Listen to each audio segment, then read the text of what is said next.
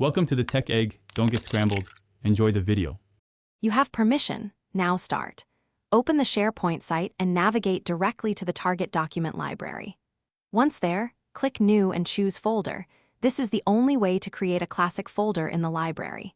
Name the folder clearly so discovery and permissions make sense later. Make sure the library's features like versioning and metadata are already configured because folders inherit those settings. If the new button is missing, check the library view or your access before creating anything further. Once you've created the folder, name it using a predictable convention so others understand the purpose. Next, add files immediately by dragging into the folder or using Upload. This establishes the folder's structure. Make sure to set any required metadata at the file or folder level because consistent metadata keeps search and views working well.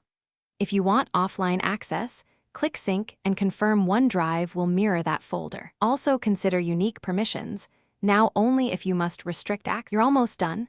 Verify the folder contents, then use Share to send a link and assign view or edit permissions.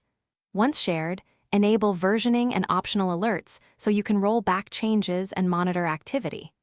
Make sure the folder appears in targeted views or navigation so users find it quickly. If things go wrong, first check your permissions and the library's settings. Missing new button, blocked sync, or disabled versioning are configuration issues rather than user errors, and are fixed in the library settings.